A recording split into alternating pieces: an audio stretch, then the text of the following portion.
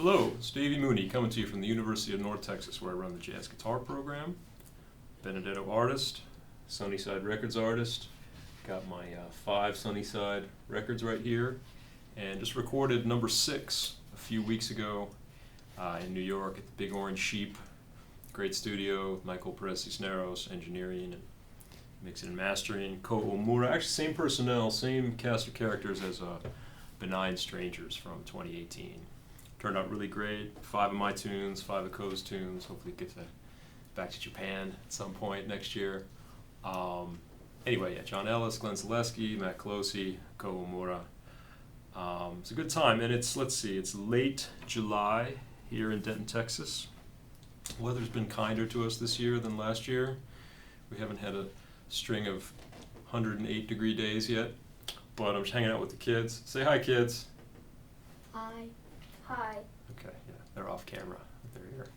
Well, my wife's out of town. But anyway, that's not what I want to talk to you about right now. I want to talk to you about a beautiful tune, Two for the Road, which is a Henry Mancini song. Henry Mancini. I'm going to do a few of his tunes, I think. I think I'm going to do Dreamsville. I mean, Days of Wine and Roses is probably the most famous song that he wrote for the film Days of Wine and Roses. This song, too, Two for the Road, is from a movie. It's 1967. I never saw the whole movie. I've seen clips of it. I guess I got to sit down and watch the whole thing. Albert Finney and Audrey Hepburn driving around, getting in fights. It's great. It's so classic. And this song came to me through the really great album, probably one of my top. I mean, Pat Metheny has made so many records, it's hard to choose amongst them, but the album Beyond the Missouri Sky, really unique record in his discography. It's just duets with Charlie Hayden, but there's some overdubbed guitars, there's synths in there's all kind of stuff and he plays really cool songs, including some Jimmy Webb song. He plays The Moon's a Harsh Mistress. And yeah, the version of this tune's on that record is really probably my favorite thing on the album, particularly for the outro solo that he does that I'll talk about in a minute. But I feel like his version is kind of based on the Peggy Lee version from 1967. It's an album called Something Groovy. And I was trying to look up the personnel. I guess Toots Thielemans was involved, but it really reminded me of a Tom Joe Beam record. It's like a bossa nova, and they start with F minor to F major. It's got such a Tom Joe Beam kind of vibe. So I don't think he was involved, or they would have mentioned his name. But it was definitely a little bit of let's say, a tribute to his kind of records that he did in the '60s. But yeah, beautiful tune, and Metheny just he really hits you on this one. He sort of emotional content of the tune. But I'll talk about the chords and everything. So both versions are in the key of C. Peggy Lee and Metheny. I believe in the movie it might be in a different key. I haven't really checked, so sorry. But it's definitely a vocal tune. It's great lyrics, and I also didn't check who wrote the lyrics. I don't think Mancini wrote lyrics. Not Johnny Mercer, unlike Moon River. But anyway, sorry, where was I? Yeah, the chords, both versions start on Metheny starts on F major 7, sharp 11, but with a sort of bossa nova straight 8 vibe. Peggy Lee is F minor 7 for 2 bars, and then F major 7. Just such a bossa nova thing. But then the tune, it's interesting, it's in the key of C. It starts with this F, and then you have B minor 7 flat 5, a 2/5, A minor, down to F minor, then a D minor G7,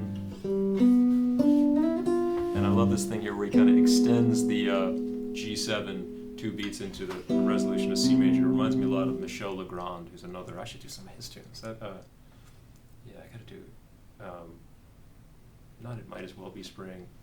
Not Spring can really hang you up the most, but what's the other spring song? Anyway, I'm blanking, but the Michel Legrand song reminds me a lot of that. You Must Believe in Spring. Yeah, anyway.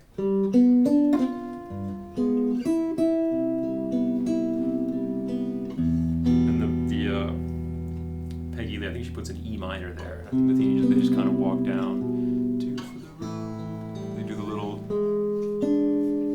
kind of line cliche of like A minor, major 7, sort of Stairway to Heaven, My Funny Valentine at D7.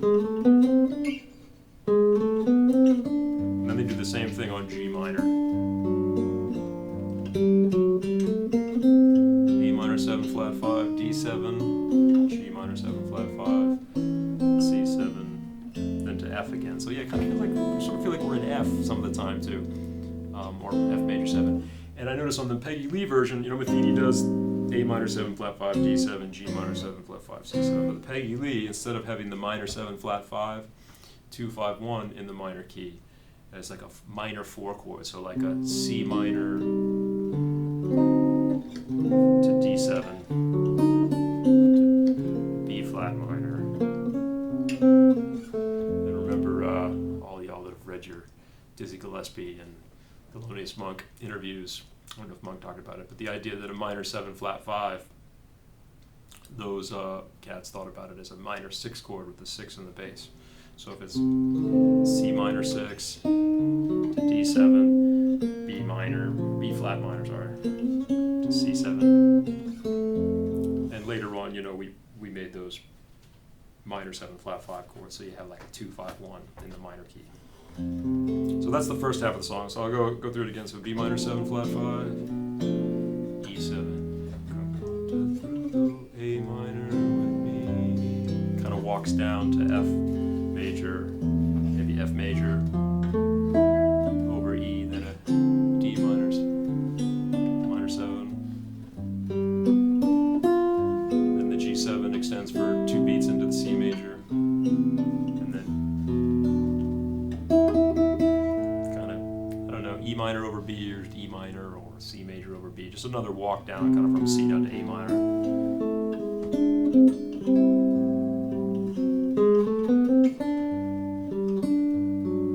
And then a little line cliche thing on both A minor and G minor.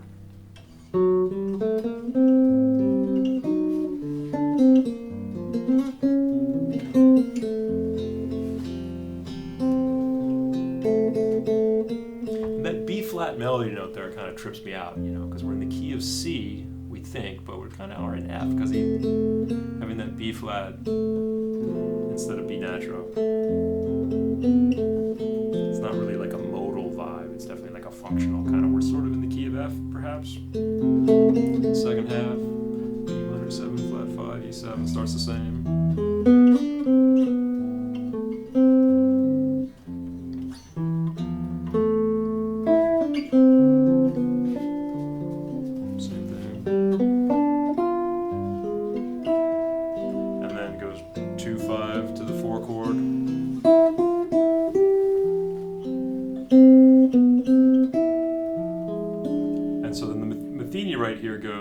It's a 2-5 to the 4, and Metheny actually goes, F major to F minor, major 7, B flat 7,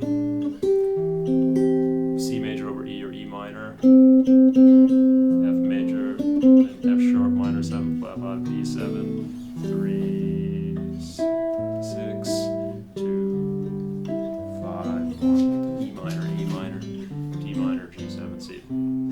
Whereas the Peggy Lee, and probably the film too, although I have to go back and listen. So after that,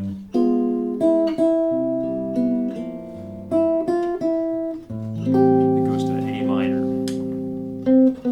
and then F sharp minor 7 flat 5, F minor 6, to the C over E or the E minor 7, and then she just stays on F major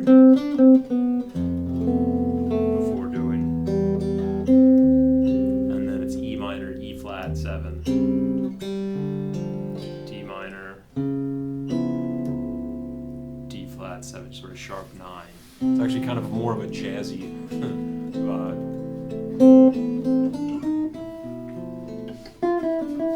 The chords are very functional. I love this little modal part where it walks down to D minor.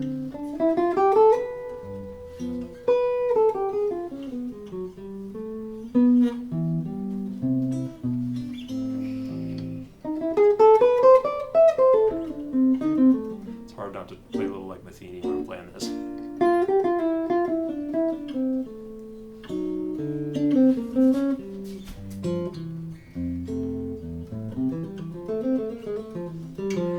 when I get to that F major at the end of the first half of the song, I kind of really want to make it be like F Ionian.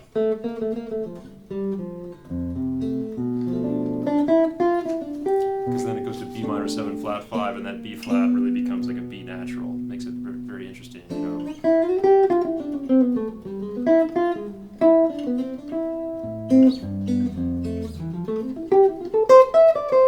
Yeah, you have this stretch of like the A minor over G, F major, E, D, where you're really playing sort of diatonic 7 chords in the key of C. So you have a little stretch where you can really sort of play melodically and not have to worry about threading the needle on chord changes. Your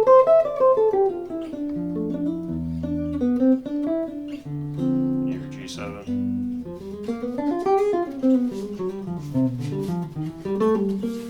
And then you go to the 4.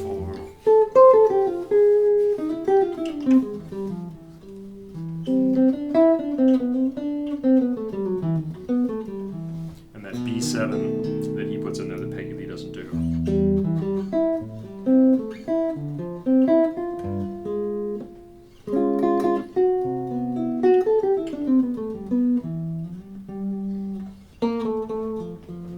And so he plays, there's the intro, the Metheny version, there's that intro on F Lydian. He plays the melody down in the low octave. Then he plays, and he's got a rhythm guitar, so I guess he overdubs probably the solo acoustic guitar over the rhythm acoustic guitar.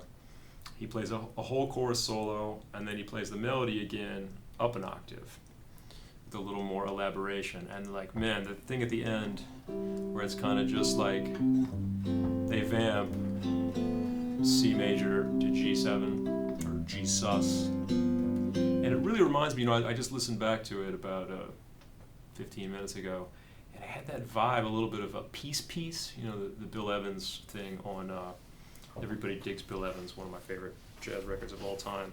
And the sense that it starts real consonant, that he's going, you know. He doesn't play that exactly, but he starts real kind of C major, G7, and then it gets more and more like kind of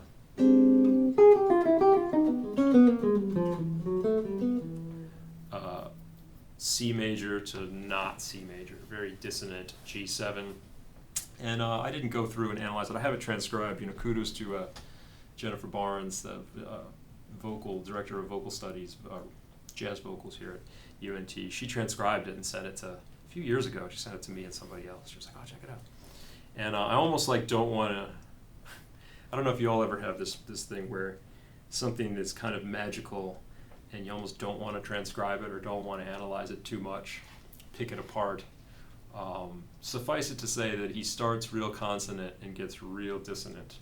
And it doesn't really sound like totally obvious jazz vocabulary kind of stuff. Like, I mean, there is jazz vocabulary, but he's definitely stretching it to where it sort of sounds more like C major and then kind of out.